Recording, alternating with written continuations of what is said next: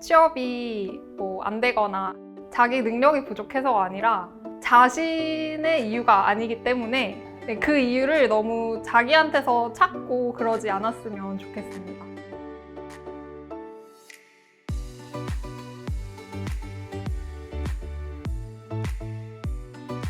네, 안녕하세요. 저는 프로젝토링 4기랑 재무모델링 9기 수업 수강했었고 현재 신한자산운용 부동산 AM팀에서 해외 부동산 펀드 운용하고 있는 김경민이라고 합니다. 투자팀에서 부동산 딜을 가져와서 그 펀드를 찍으면 그 후에 꾸준하게 운용을 해서 엑시까지 하는 일을 주로 하고 있습니다.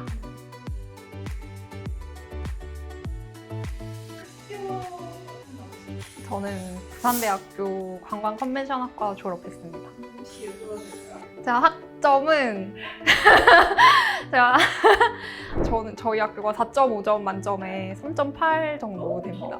어떤 활동들을 하셨었는지? 증권투자학회를 2년 동안 했었고 그 커리어 하이 수업을 듣고 나서 또 부동산 투자 쪽에 관심이 생겨서 부동산 개발 학회도 했습니다. 네.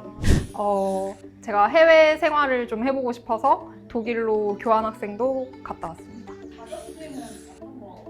그냥 투자자산운용사 정도만 취득을 했었습니다. 공모전은 제가 투자학회를 할 때 기업 분석 대회를 몇 번 나가서 수상을 한 적이 있었습니다. 금융투자학회에서는 주로 주식시장 같은 전통 자산들을 공부를 하고 기업 분석이나 아니면 매크로 분석 이런 걸 많이 했었고 부동산 개발 학회에서는 개발 관련해서 부지 선정도 하고 어떻게 개발할지 계획도 짜고 저는 그 중에서도 주로 캐시플로우나 이런 걸 짜는 역할을 했었습니다. 네. 그 면접을 한 1시간 반, 2시간 정도 봤었는데 그 중에 1시간 정도를 영어로 진행을 했었던 것 같습니다. 아닙니다. 질문도 영어로 하고 네, 질문과 대답을 모두 다 영어로 했었습니다.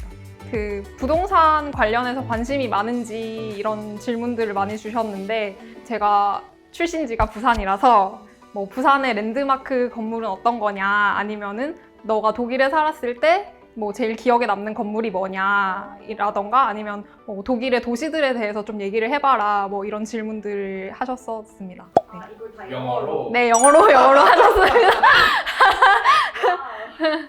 뭐 사실 그럼 자격증이 그렇게 유명해야지는 그렇죠. 사실 지금 회사 들어오고 나서 봐도 그러니까 영어로 해외와 일을 하는 데서 영어 자격증은 크게 상관이 없는 것 같고 영어로 일을 할 수 있는 능력이 되면 되었던 것 같습니다.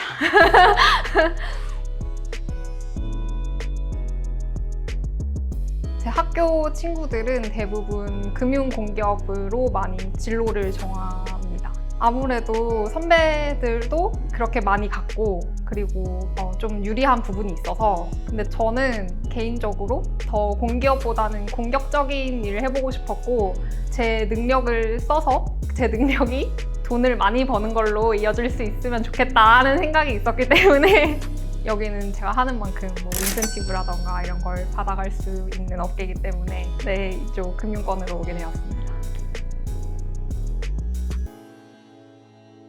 저희 선배들 중에 뭐 자산운용사나 증권사를 가신 분들도 꽤 있지만 대부분 전통 자산 쪽을 커버하는 분들이셨기 때문에 대체 쪽으로 준비를 하면서 정보가 많이 좀 부족했고 그런 게 힘든 부분이 있었습니다.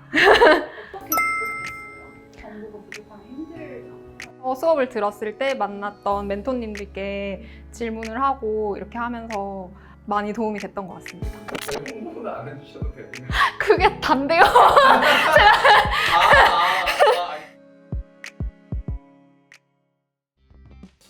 저도 그 질문을 항상 받아와서 저는 사장님과의 면접 자리에 가서 저는 먼저 던졌어요. 이렇게 제가 하는 분야가 해외 부동산이다 보니까 제가 왜 관광학과를 가게 됐는지 그렇게 하면서 뭐 해외 도시에 관심이 많고 그래서 뭐 관광도 관심이 많고 이렇게 하다 보니까 해외 부동산까지도 관심을 가지게 되었다. 뭐 이런 식으로 스토리를 제가 짜가지고 어필을 했습니다. 네. 사실 면접 준비를 제가 했던 활동들을 꼼꼼하게 보는 방향으로 준비를 했었습니다. 이런 것에 대해서 질문들이 그렇죠. 왜냐하면 투자 쪽 관련해서 제가 꾸준히 관심이 있었네 이런 걸 보여주는 거기도 했고 그런 진정성 같은 걸 보기 위해서 좀 되게 깐깐하게 물어보셨어요. 어떤 기업을 분석을 했는지, 뭐 어떤 기법을 사용해서 뭐 밸류에이션을 했는지 그런 것들에 대해서 되게 꼼꼼하게 질문을 해주셨고 다행히도 제가 그 질문 가기 전에 준비를 잘 해가서 대답을 열심히 했습니다. 네. 아무래도 운용력 면접에서는 디테일을 좀 중요하게 여기시는 것 같아요. 그래서 뭘 했나요? 하면 제가 이걸 했습니다. 하면 그거에 대해서 되게 꼬치꼬치 물으시는 질문 특성은 꼼꼼해요. 네, 그렇죠.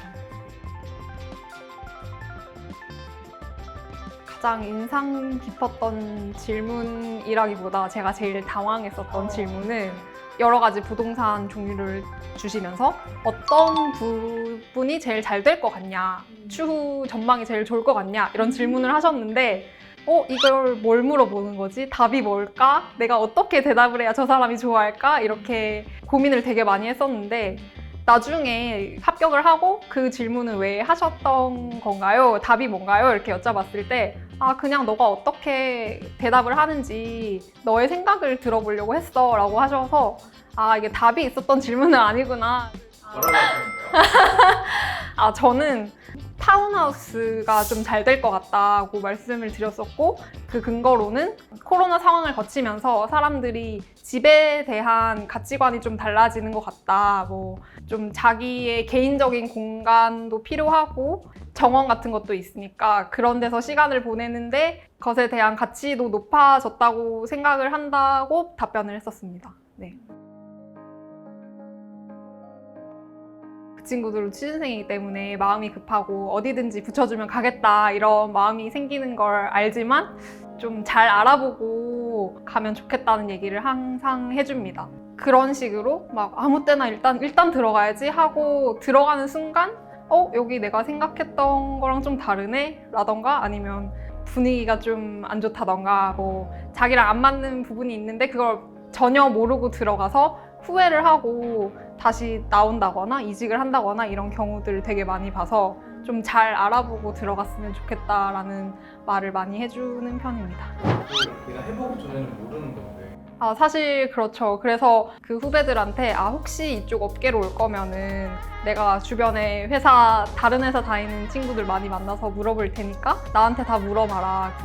만약에 뭐 면접을 본다면 혹시 내가 아는 사람 있으면은 좀 물어봐 줄 수도 있고 하니까 제가 받은 게 없기 때문에 얼마나 힘든지 아니까 이 정보가 없다는 게 후배들한테 또 이런 얘기를 해주는데 나도 너네 입장일 때가 있었고 그 현업에 있는 선배들한테 이렇게 먼저 다가가는 게 얼마나 좀 미안한 마음도 들고 좀 자기도 불편한 일인지 아는데 그래도 많이 귀찮게 해라 이렇게 말을 해주는 편입니다. 네. 취업이 뭐 안 되거나 그러니까 불합격을 하는 거는 자기 능력이 부족해서가 아니라 약간 운이 없었다던가 약간 안 맞았다던가 그런 자신의 이유가 아니기 때문에 그 이유를 너무 자기한테서 찾고 그러지 않았으면 좋겠습니다. 네. 또 찍으러 올게요. 그래요?